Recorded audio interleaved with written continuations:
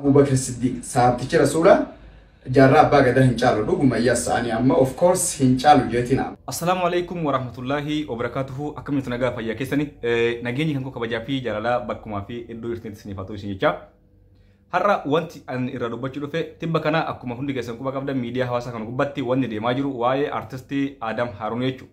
Artist Adam Harun ani akka mataa kiyyaatti yoo irra dubbadhu kuni gizee lama yeroo lammaffaa fi jechuudha. Amadura artist Adam Harun qaanqee shawu yookaan immoo gaazexeessaa Haftaamuu Lamuu wajjin wayita gaafiif deebii godhu Abiyyi nabiyyiidha jedhee ture. Waan san dubbatee bira dabarree jechuudha. Amma immoo dheengadda deebi'ee waa baay'ee dubbatee jechuudha. An amma waa'ee artist Adam Harun caala kan na ajaa'ibe kan immoo irra haasa'uu dhufe waa'ee mucaa Hamzaa jedhamu tokko. Hamzaa Orootuuf ofiin jedhu miidiyaa hawaasaa kana gubbatti gadi bahee qaanyii tokkoon malee ofii nama muslimaa tokko tahee akka nama muslimaatti dubbata. Umar ibn Khattab fi radiyallahu anhu, Abu Bakr Siddiq radiyallahu anhu sahabota baay'ee kakkaase isaan kunniin jaarraa abbaa gadaa hin caalan, Sheekh Adam Tuulaa hin caalan, Ebaluun hin caalan, Ebalu Sheekh Amar Shah Abdullah hin caalan jedhee wayitini isa sahabotaa fi jaarraa abbaa gadaa fa'aa wal bira qabee haasoo argiyani baay'ee tokko naa ajaa'ibe dhugaa rabbi dubbachuudha. Baay'ee tokko namni kuni yoo waa hin beeyne ilmi namaa tokko yoo waa hin beeyne bara ani wallaalaa jettee addunyaa gubbatti miidiyaa gubbatti viidiyoo isaa nama 100,000 oltu daawwate. Namni 100,000 ho'i sun mucaa kana akka inni waa hin beeyne akka isa taasisamu akka isa xiinxalu of taasisee jechuu ofii isaati. Namni tokko yoo waa hin beeyne cal'isee namoota beekumsa qaburraa waa barachuun fas'aluu ahla zikri rabbiin bar quraana keessatti yoo waa hin beeyne warra beekumsaa gaafadhaa nuun jedhe sii galee akkamitti tokko as taa'ee dubbatee ilma muslimaa tokko tahee qara'uu baadhu namni tokko qaraate qofaa fi miti ati bar yoo akka tasaa jummaa salaatu masjida deemte yeroo kutubaan godhamu seenaa sahabotaa wayita dubbatan seenaa rasuulaa wayita dubbatan seenaa rasuulaa dubbatamee seenaan sahabaa ni ka'a wayita seenaan rasuulaa kutubaa godhamu wayita seenaan sahabotaa kutubaa godhamu ni dhageetta. Qara'uun dirqama sirra hin jiraatu jechuudha waan wahii barachuudhaaf muslima yoo taate nama islaamaan tokko yoo taate jechuudha. Namni tokko akkamitti gabbahee wallaalummaa isaa bifa kana addunyatti of beeksisu na ajaa'ibe dhugaa rabbi dubbachuudha. Gurbaan kun maal jira Abu Bakrii fi Abu Bakr Siddiq radiyallahu anhu fi Umar ibn Khattab radiyallahu anhu waan isaan jaarraa abbaa gadaa caalanii ani hin agarree jedha waliin caalanii jedha. Jarri inni maqaa dhahee dubbatu kun warra rabbiin quraana keessatti isaan dubbatee warra osoo lubbuun jiran jannanni waadaa galamee fi jannata akka seenan ittifamee jechuudha. Kunuyyuu kun qofti akka isaan jaarraa abbaa gadaa caalanii fi Sheekh Muhammad Rashaa Abdurree caalan ragaa baahisaa jechuudha. Sheekh Adam Tuulaa sheekonni amma inni maqaa dhahe kuni ani as biratti isaan tuffachuu osoo hin taane yookaan immoo isaan waa beekanii miti. Dhugaadha Sheekh Adam Tuulaa ulamaa'ii guddaadha. Nama qaree isaan mataan isaanii hadiisa of keessatti baasanii rabbi rahmata isaaniif haa godhu. Nama lafa kanarra deemaa ture jechuudha nama barsiisaa turan. As biratti maqaa isaanii bakka hin taanetti kaasanii akka namni mootuu isaan sun akka waan hin beekne irra haasa'amu akka kaa'uudhaa jiru namoota akkanaa kanniin jechuudha. Jarri kunniin nama diiniif of kennee baratanii barsiisaa turan. Warroonni akka Sheekh Amar Shah Abdullah, warroonni akka Sheekh Adam Tuulaa jechuudha. Warra beekumsa rabbiin itti kenne barsiisaa turan jechuudha. Waan beekan jechuu miti. Garuu immoo sahaabota gurbaan kun walitti yaame yookaan immoo Adam Harun maqaa dhahee waan tokko wanni beekuu qabnu seenaan Umar ibn Khattab seenaa nama dhuunfaa miti. Maal jedhe nu kana Adam Harun nama seenaa ofii hin beeknetu seenaa Umar ibn Khattab nutti himuu as dhufee as jiraa jedha. Namni tokko seenaa ofii osoo hin beekne akkamitti seenaa Umar ibn Khattab fi obboleessa kiyya ati jamma seenaa Umar ibn Khattab barachuudhaaf nama beekumsa qabu ta'uu si barbaachisa. Anama seenaa Umar ibn Khattab hin beeku hin dhagahe waa xiqqoo dhagahe waan agartee yoo hinima jedhe himuu danda'uu miti. Seenaan Abu Bakr Siddiq radiyallahu anhu seenaa guddaadha. Seenaan imaanni Abu Bakr Siddiq jedhan ulamaa'onni maal jedhanii osoo kan mizaanamu taate ulfaatin addunyaa kana osoo wal afoo kahanii gama tokkoon imaanni Abu Bakr Siddiq radiyallahu anhu osoo kahamee gara tokko addunyaan kun osoo kahamte mizaana isaa hin geettuu jedhan si galee yoo dogoggore hin beeku ani na of kolcha yoo akkas ta'uu baate na of kolcha akka jedhanitti waan dhageessi himaa jechuudha si galee. Jara kanaafi dhaloota ammaa kanaafi jarri suni wal biratti konfeerin godhamu wal biratti inumaan qabamuu jechuudha. Amma kuni waan bira suni waan bira habibi Umar ibn Khattab radiyallahu anhu waan bira si galee. Seenaa Umar ibn Khattab jechuun seenaa nama dhuunfaa miti. seenaa ummata islaamaa guutuutti obboleessa kiyya. Ani fakkeenyaaf bar isaan sun Umar ibn Khattaab jechuun karaa inni irra deemaa ture karaa nabiin keenya irra deemaa turan sallallahu alaihi wasallam sini galee karaan Abubakr Siddiq irra deemaa ture radiyallahu anhu karaa nabiin keenya irra deemaa ture karaan nabii mootuu karaa islaama guutuutti.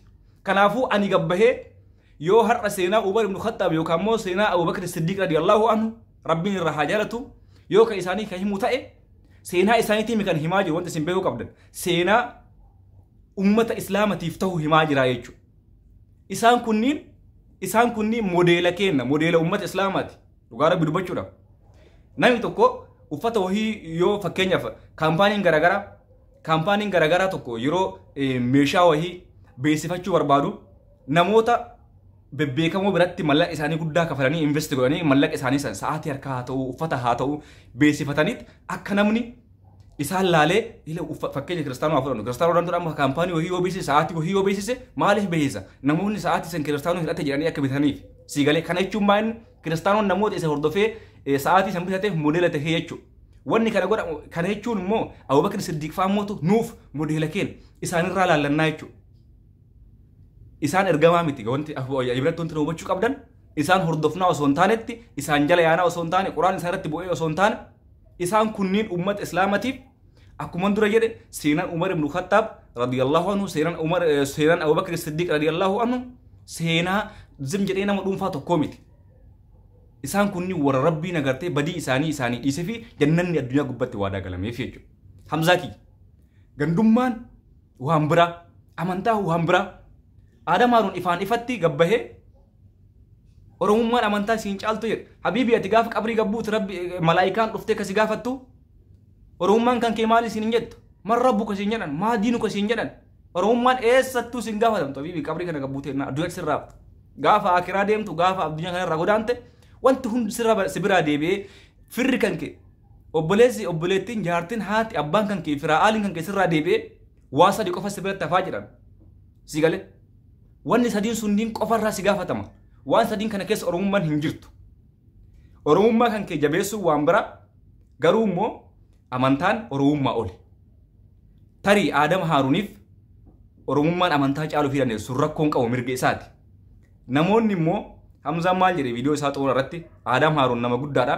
Namni tokko gaafa guddatee gaafa dulloome yaadni isaa tarii gabbuu hin malaaye. Tole hayyee Adam Haruun yoo dulloomeetiniin waan dubbatu hin beeyne. Ati hoo dargaggeessi shabaab obboleessi kiyya yoo haasoytu an akkatti siyaawutti salaamu alaikum jettee akka nama sunna tokkotti jalqabdee viidiyoo kan goytu mul'atu akkas jettee kallacha kan irratti leessu duuja mul'ata. Garuu immoo bifa kanaan gandummaa keessa gabbuutee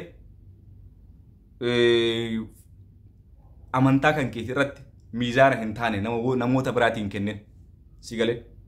Ani amantaan kiyya akka muslimaatti akka islaama tokkootti amantaan islaamaa maal akka ta'e hin beeka.